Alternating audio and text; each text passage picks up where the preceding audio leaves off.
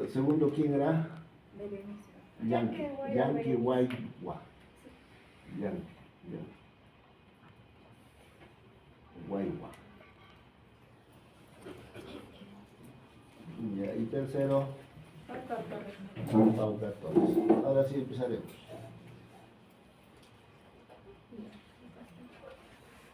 Ya. Bien, para hablar de la fecundación tenemos que saber qué es. La fecundación va a ser el proceso por el cual tanto los gametos masculinos y femeninos se van a fusionar. Y esto será, como vemos en la imagen, va a ocurrir en la región ampular de la tuba uterina, el cual es un segmento amplio que se encuentra cercano a lo que es el ovario. Pero para que pueda ocurrir esta fecundación, primero debe haber tanto una maduración morfológica, funcional y bioquímica. Además que los gametos se deben encontrar en el momento y lugar apropiados, y estos deben ser, ni bien sean expulsados de su gónada, deben ser transportados a lo que es la ampolla. ¿Sí es? Entonces, ¿qué va a ser? ¿Qué es lo que sucede? Como sabemos, a la mitad del ciclo menstrual de la mujer ocurre lo que es la ovulación. En la ovulación ocurre el fenómeno de que va a haber un folículo maduro que se va a romper, y este va a expulsar lo que es un ovocito secundario, el cual se ha detenido en lo que es la metafase 2. Este ovocito va a estar rodeado tanto de una corona radiada y una zona pelúcida. Pero ¿cómo es que este ovocito llega a la ampolla? Entonces, para eso tenemos que remontarnos a qué es lo que ocurre antes de la ovulación. Antes de la ovulación, en respuesta a los niveles altos de estrógeno, las fibras de la tuba uterina van a barrer la superficie del ovario, y esta, mediante contracciones, va a llevar a lo que es este ovocito a la ampolla. Es decir, que ni bien el folículo expulsa el ovocito, ellos lo van a atrapar. Además que también con la ayuda de un aumento en la cantidad de cilios de sus células epiteliales. Todo lo anteriormente mencionado va a favorecer a que este ovocito pueda llegar a lo que es la ampolla y así espere la llegada del espermatozoide. Sin embargo, se tiene que tener en cuenta que solo va a tener 24 horas para ser fertilizado. Si esto no ocurre, este ovocito va a ser degenerado y bueno, no se va a realizar lo que es la fecundación y pasa a la siguiente fase. Por otro lado, cuando los espermatozoides son depositados en el aparato reproductor femenino, el pH vaginal va a ser de 4,3, lo cual es un ambiente inhóspito para los espermatozoides, por lo que el semen va a tener propiedades amortiguadoras que van a modificar este pH y lo van a convertir a 7,2. Y de esta manera, un porcentaje de los espermatozoides logra sobrevivir, teniendo en cuenta que solo el 1% de los espermatozoides que son depositados van a llegar a lo que es el cuello uterino. Cuando los espermatozoides avanzan a lo que es el cuello uterino, el cual es una estructura de 2,5 centímetros de longitud, el conducto cervical va a tener un moco que, como vemos, este moco va a tener múltiples invaginaciones que, como podemos darnos cuenta, son en forma de árbol, se podría decir, los cuales son las llamadas criptas.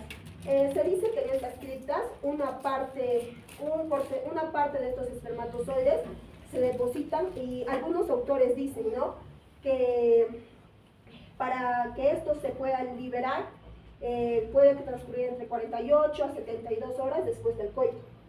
Además, para que los espermatozoides puedan ascender hacia lo que es la cavidad uterina, va a influir también lo que es el moco cervical, que bueno, se encuentra en el conducto cervical. Este moco cervical va a variar su composición y su aspecto de acuerdo en qué ciclo menstrual de la mujer se encuentra, en qué etapa.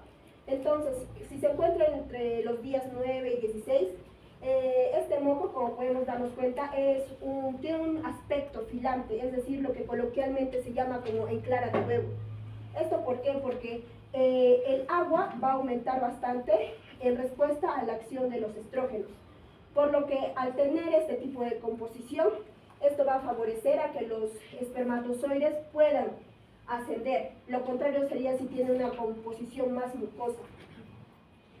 Cuando los espermatozoides han llegado a cruzar lo que es este cuello uterino, para que puedan ascender y llegar a la tuba uterina, se tiene que tener en cuenta tanto la distancia intrauterina que va a haber y también el movimiento de desplazamiento de los espermatozoides, teniendo en cuenta que la distancia intrauterina va a ser de 5,7 centímetros y el tiempo de desplazamiento en que se van a movilizar los espermatozoides va a ser de 35 micrómetros por segundo, por lo que tienen que haber propiedades que ayuden o favorezcan a que los espermatozoides asciendan. Entonces, para que haya un transporte y una ayuda, están lo que son las contracciones del miometrio, los cuales ayudan a que los espermatozoides puedan llegar al tubo uterino. Pero cuando estos llegan a la tubo uterina, es decir, al istmo, en el istmo es donde pierden la motilidad. Sin embargo, cuando además se detienen en el istmo, y ahí se detienen, hasta que empieza la ovulación. Cuando hay ovulación, recién vuelve su motilidad. Y algo que tener en cuenta es que el viaje desde el cuello uterino hasta la tubo uterina puede realizarse en tan solo 30 minutos o también puede ser hasta los 6 días. Ya, llegando a lo que es la tubo uterina, el espermatozoide no puede fecundar así nomás, sino tiene que pasar por algunos procesos. Entre ellos tenemos lo que es la capacitación y posteriormente lo que es la reacción acrosómica. La capacitación trata sobre que el espermatozoide tiene que acondicionarse a lo que es el aparato reproductor femenino, y este dura aproximadamente 7 horas. Y este acondicionamiento mayormente se realiza en lo que es la tubo uterina. Entonces, ¿qué es lo que sucede o qué es lo que pasa acá? Acá lo que sucede es que se va a retirar una capa de glucoproteínas y también las proteínas del plasma seminal de la membrana plasmática, que va a cubrir lo que es la región cromosómica del espermatozoide. Y además a tener en cuenta que solo un espermatozoide va a ser capacitado, y este va a ser el que va a poder atravesar lo que son las células de la corona radiada, para que posteriormente se realice lo que es la reacción acrosómica.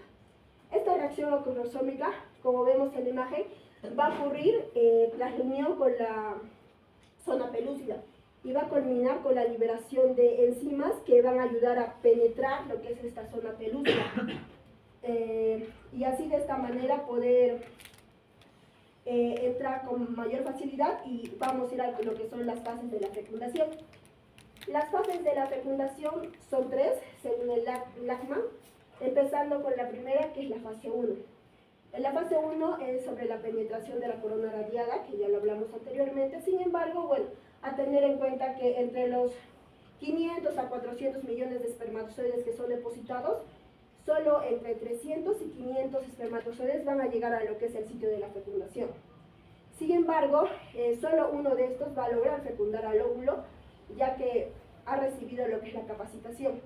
Y bueno, este espermatozoide capacitado puede pasar con libertad entre las células de la corona radiada, y posteriormente la zona pelúcida, haciendo de esta manera lo que es la reacción acrosómica. Entonces vamos a pasar a la fase 2. Bueno, la fase 2 es la fase de penetración de la zona pelúcida. ¿Qué es la zona pelúcida? Como podemos ver de abajo, es una cubierta de glucoproteínas que facilita y mantiene el odio con el espermatozoide. Esta va a inducir a la reacción acrosómica. Tenemos dos cosas interesantes en la fase 2. Primero es la reacción acrosómica, que lo dijo mi compañera. Es la liberación de enzimas acrosómicas como la acrosina y la tripsina, que permiten a los espermatozoides penetrar la zona pelúcida, como podemos ver en la imagen, con lo que entran en contacto con la membrana plasmática del ovocito. Luego tenemos los gránulos corticales. Esta se forma ya que se cambia la permeabilidad de la zona pelúcida, con lo cual va a haber un cambio en el ion citoplasmático del óvulo, y por lo cual va a liberar iones de calcio, los cuales nos van a dar los gránulos corticales. Estos se van a fusionar con la membrana de la célula y liberan sus enzimas lisosomales, las cuales son importantes ya que estas alteran las propiedades de la zona pelúcida, haciéndose la reacción de la zona pelúcida, y evitar la penetración de otros espermatozoides, evitando así la poliespermia.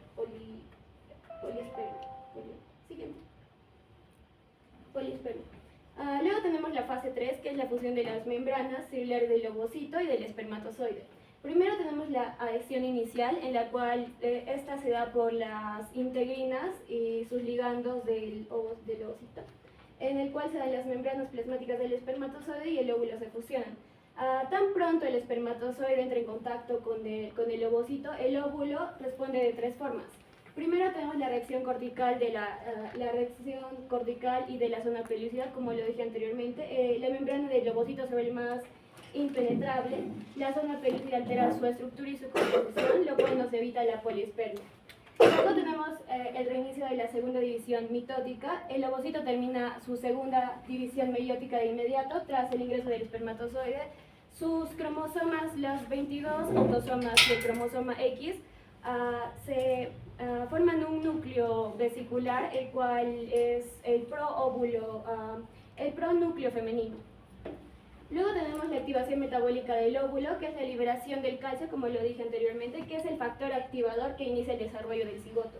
Primero tenemos que el espermatozoide se desplaza cerca al pronúcleo femenino, este aumenta de tamaño y forma el pronúcleo masculino. Durante el crecimiento de los pronúcleos, tanto masculino y femenino, que son ambos haploides, cada uno debe duplicar su ADN. También que de inmediato tras la síntesis de ADN, los cromosomas se organizan en el uso mitótico.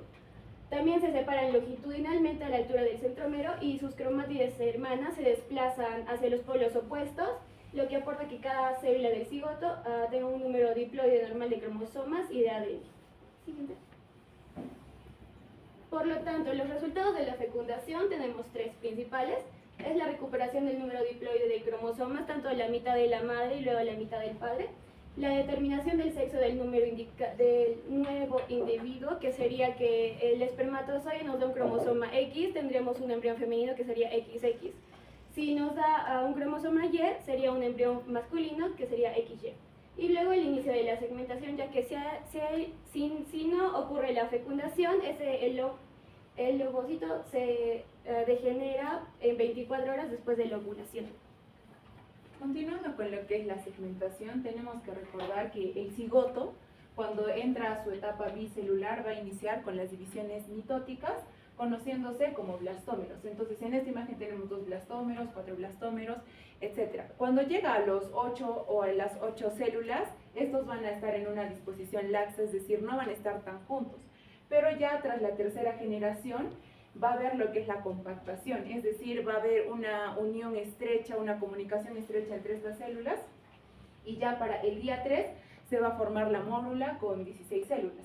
Entonces, de la mórula, las células internas o la masa interna que vamos a ver aquí, va a formar eventualmente los tejidos del embrión, y la masa externa, que es el trofoblasto, va a formar o ayudar a la formación de lo que es la placenta. Siguiente. Bien, entonces para la formación del blastocisto tenemos que recordar que la mórula, al ingresar a lo que es la cavidad uterina, va a empezar a acumular líquido, y este líquido va a entrar por lo que es la zona pelúcida. Entonces aquí vamos a ver la formación del blastocelio.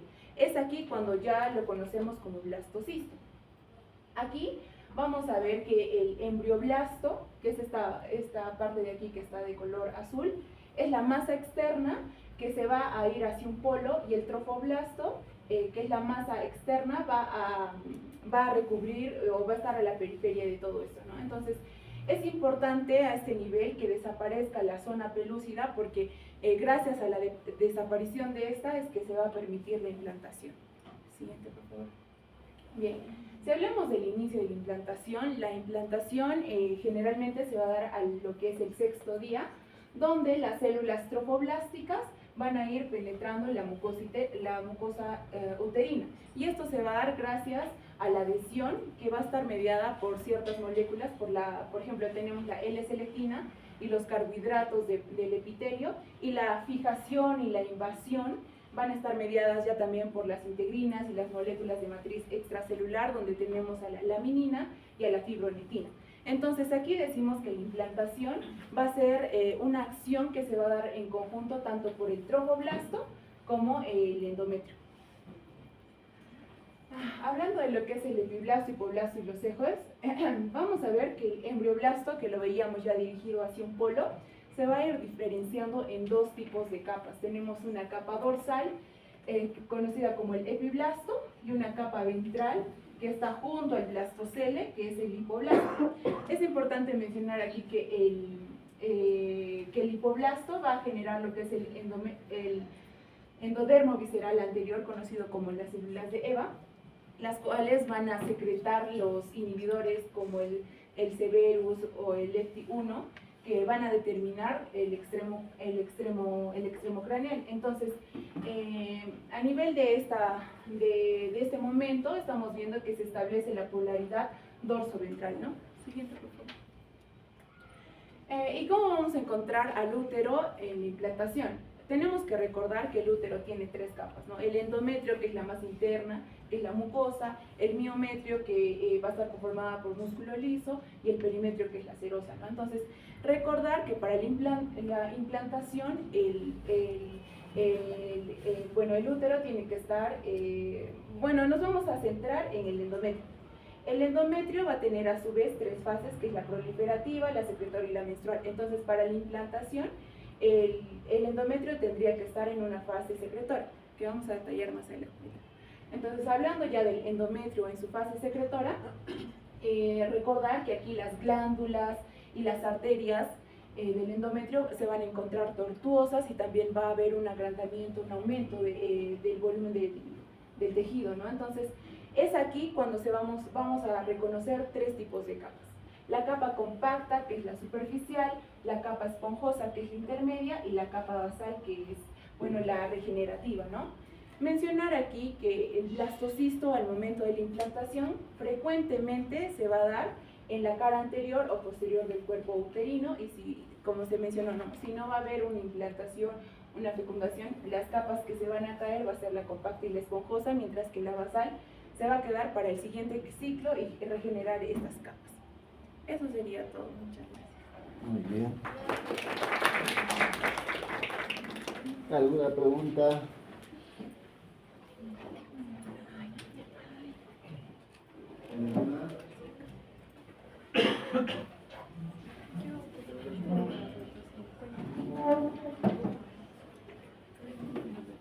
Nada, no les ha llamado la atención nada, como para que puedan preguntar.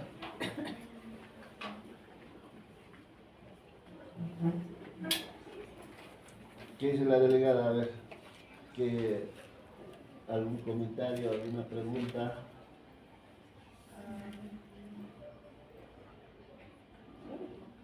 Todo está claro. Ya, todo está claro. ¿Hay visto la fecundación a los 6 días? A ver, pasa la diapositiva. Porque hay visto. Ahí está, acá creo. Hasta 6 días, dice. No, implantación. Viaje de implantación. Sí. Implantación hasta 6 días.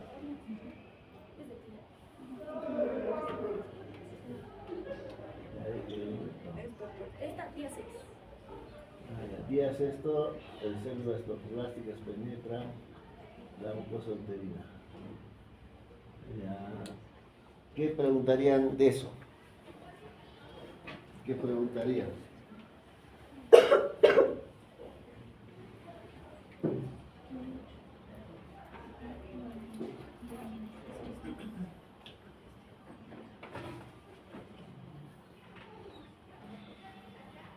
¿Ninguna se les ocurre preguntar?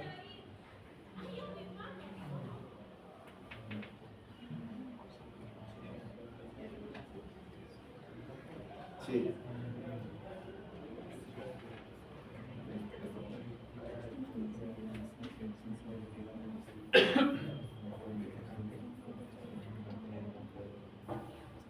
Sí, claro, puede ser, pues.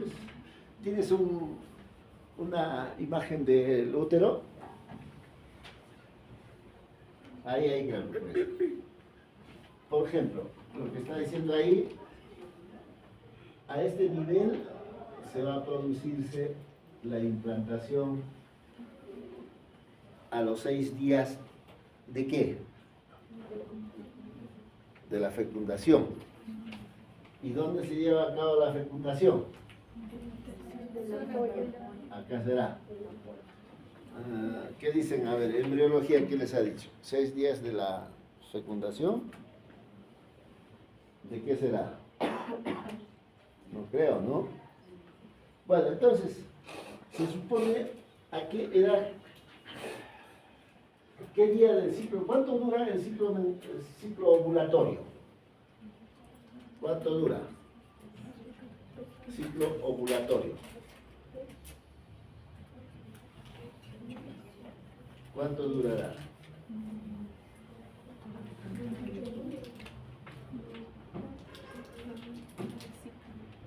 ¿Qué dicen a ver? Ustedes que han leído, pues, ¿no? ¿Cuánto dura el ciclo ovulatorio? Será pues 28 días, ¿no es cierto? 28 días. Ciclo ovárico, ciclo... ¿Por qué se habla? Ciclo ovárico, ciclo endometrial, ciclo cervical. O sea, todo eso va concatenado, ¿no? Lo que está pasando a nivel de los ovarios está pasando a nivel del endometrio. Lo que está pasando a nivel del endometrio está pasando a nivel del cuello uterino, a nivel de la vagina. O sea, es todo una relación, ¿no? Entonces se supone el ciclo ovárico, ¿cuánto dura? Estamos hablando de 28 días. De estos, ¿a cuántos días de este ciclo se produce la ovulación? Será 14 días. 14 días. El promedio estamos hablando. Otras mujeres de repente un poquito más, de repente otras un poquito después, pero 14 días. Se produce la ovulación 14 días del ciclo. ¿Qué va a pasar con ese óvulo? ¿Qué va a pasar con ese óvulo? ¿Qué va a pasar con ese óvulo? Lo captura, pues, ¿no? Es capturado, pues, ¿no? Si estas son las trompas se mueven así, se supone el día de la ovulación se mueve más todavía. Por alguna razón, una mujer perdió la trompa. Queda esto nada más. Y en este mes, este ovario que no se perdió, ovuló.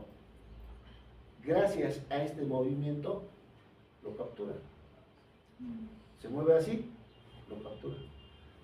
Y lo introduce al ostium externo, porque la trompa tiene dos ostium, dos huecos en otras palabras. El externo, que está dentro de las fimbrias, y el interno, que sería esto, comunicándose con la cavidad. Lo captura y lo introduce. Entonces, desde que se ovula hasta que se fecunde, no es que lo captura y se fecundó, no. Más o menos pasa un tiempo. Se supone, si hay relaciones, los espermatozoides van avanzando, ¿no es cierto? Y a este nivel se va a encontrarse el óvulo con espermatozoides. Si para suerte del espermatozoide ya estaba acá la chica o el óvulo, ya pues en ese momento pues, se encuentra, ¿no? Pero ¿cuánto tiempo pasará en bajar de acá a acá? ¿Cuánto tiempo será? Porque tiene que pasar un tiempo, ¿no? En ese tiempo, una célula, el ovocito, se divide en 2, en 4, en 8, 16 y así sucesivamente. ¿Cuánto tiempo demorará en llegar acá? Estamos hablando de 3 días. 3, 4 días. 3, 4 días. Llega acá. ¿Acaso apenas llega, se implanta? No. ¿Qué va a hacer? Está perdida, pues, como huevo en ceviche. Hasta acá, hasta acá, hasta acá, hasta acá. ¿Qué está buscando? Está buscando dónde implantarse. La mejor zona. La mejor zona. Y la han mencionado, pues no. ¿Cuál es la zona donde debe de implantarse? Pared anterior o Pared anterior del cuerpo uterino. La mejor zona. Pero eso de buscar es un tiempo. Un tiempo. No es que a la hora llegó, se implanta, no. ¿Cuánto es ese tiempo? Otra vez, 3 días, 4 días. 3 a 4 días. Hemos necesitado 3, 4, otra vez 3, 4, estamos hablando 6, 8, más o menos. Recién se implanta. Ahora, la pregunta, ustedes que han revisado, 3 días de búsqueda o 4 días de búsqueda, ¿se puede morirse o no? Entonces, ¿de qué vive? ¿De qué vivirá? Porque se puede morir, se muere. Entonces, ahí entra pues esto de acá, el ciclo endometrial. Entonces, cuando uno habla del ciclo endometrial, se supone si una mujer no se embarazó, se cae todo, va a quedar la capa basal. ¿Dónde está la capa basal? Me imagino más o menos por acá estará la capa basal. Y a partir de ahí, el endometrio empieza a proliferar. Y en la proliferación, como ven acá, este tejido endometrial crece, crece, crece, crece. Pero cada cierto trecho, estas son glándulas. Observen la característica de esta glándula con esta glándula, con esto, con esto, con esto. ¿Qué llama la atención? La tortuosidad. ¿Cuál es la función de estas glándulas? ¿Cuál será la función? Atrás, estás durmiendo. Producir moco. Moco. Glándula, ¿no? Moco. Acá no habrá mucho moco, acá hay algo, algo. El moco, las células de acá van por el moco, va llenándose, llenándose, llenándose, llenándose, llenándose, llenando. Va a llegar un momento en que va a rebalsar, ¿no es cierto? La cavidad es así, acá hay una capa de endometrio, acá hay otra capa de endometrio, y el moco tiene que estar, lo que interesa tiene que estar en la luz, en la cavidad uterina. No me interesa acá, porque el óvulo fecundado no se va a meterse ahí, pues no. Va a estar en la luz del útero. Y esa luz del útero debe estar lleno de moco. ¿De dónde ha venido? De acá. Y ese óvulo fecundado vive pues esos 3 días, 4 días, sacando proteínas, agua, cloruro de sodio, de ese moco. Porque si no se va a morir. De ese moco. Encuentra la mejor zona, vamos a suponer acá, se mete, se introduce. Ahí recién viene conexión vascular, ¿no? Entonces, una vez que ya se implantó, la alimentación ya no va a ser de moco, ya va a ser de sangre, poquito a poquito, ¿no? De sangre. Así como está pasando acá, está pasando acá también. He visto una imagen, a ver, por ahí he visto que no, ya esto, no está bien. Hay una primera diapositiva, creo que he visto acá, esto de acá, ¿no? Entonces, acá está pasando, acá igualito está pasando, acá empieza a pasar igualito. Características del moco. Ciclo cervical. Se supone cuando la mujer ovula, el moco cervical es transparente y filante. Entonces, en mi época, antes de mi época, me imagino las mujeres cómo se ¿cómo sabían que estaba ovulando? Se introducían el dedo, sacaba el dedo, o sea, se introducían en la vagina. ¿Y qué hacían? Estiraba. Al estirar el moco no se rompía. Ahora también ustedes hagan la prueba.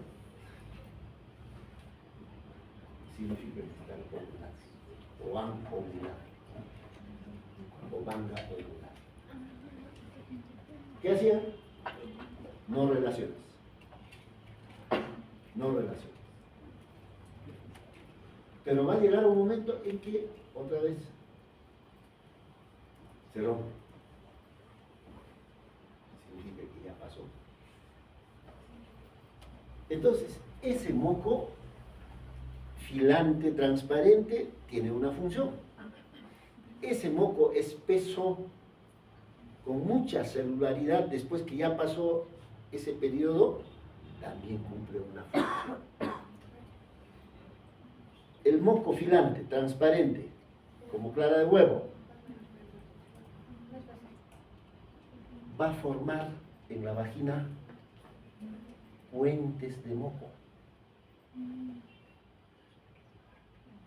Puentes de moco. ¿Qué les hace recordar estos espermatozoides? ¿Qué te hace recordar? Nada, no tienes imaginación. ¿Qué te hace recordar? ¿Qué te hace imaginar? Reina 4. ¿Está bien? Entonces, el pescadito, el pescado, ¿cómo es? Inicialmente tiene esa forma, ¿no? Y por curiosidad, si acá los muchachos, bueno, no conocen el arco tica-tica, creo. Si ustedes salen al campo, observan, se sientan a la orilla del río, lógicamente hay pescaditos, el pescado tira para arriba, en contra del corriente del agua. Ahí avanza. Igualito es el espermatozoide. Hemos dicho, el moco filante transparente forma puentes. Esos puentes es aprovechado por estos espermatozoides, pum, pum, pum, pum, se metió. Se metió ahí. Entonces, esos puentes, gracias para facilitar, porque ¿cuánto es el pH acá, a ese nivel? 4.3 he visto por ahí, ¿no es cierto? Ahí está, 4.3, 4.2, así. Se mueren. Pero gracias a ese moco, aprovecha, fuga, pues, ¿no? Y se metió adentro.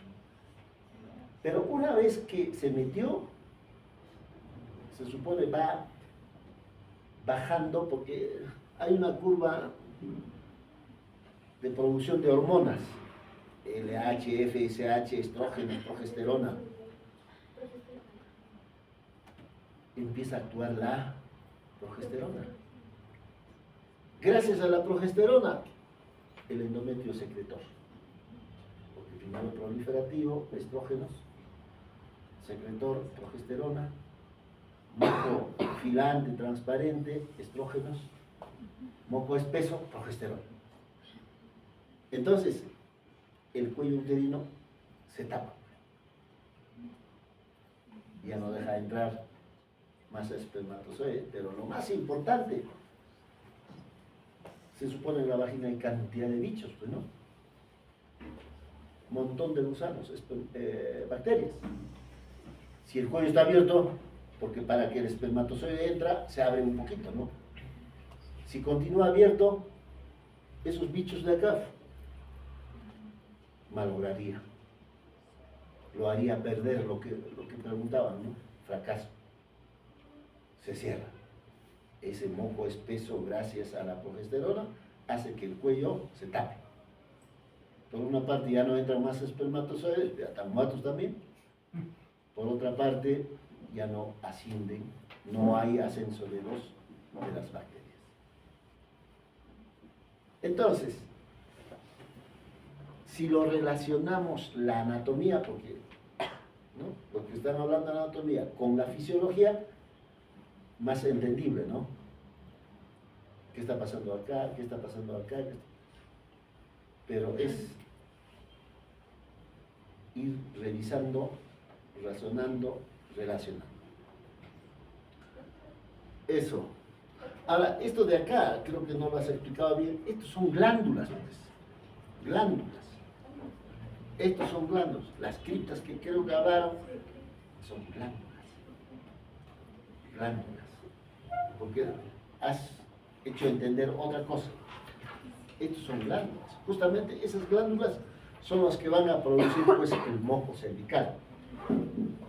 En algún momento será transparente, filante, en otro momento será espeso, inadecuado como para que pueda vivir, entrar espermatozoides y las bacterias también, ¿no? No sé si hay alguna pregunta. Nada. Muy bien, creo que llegó la hora. Ahora sí podemos irnos o no.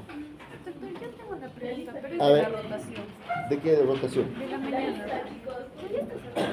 Ya, ¿qué pasa? Te habían dicho de que tiene la prioridad que cuando está en cuerpo lúteo, o sea, en el amarillo, puede perderlo.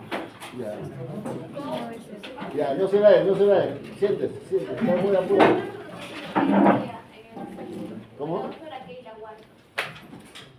No, a las 3 tienen que salir acá, pues. A las 5. Tenemos que estar 5 allá. Es muy puntual. No, no. Yo le cierro con candado. A las 5. Claro, a las 5. Ya, a ver, vamos a contar. ¿Cuántos han anotado? A ver, vamos a... 100. 1, 2, 3, 4, 5, 6.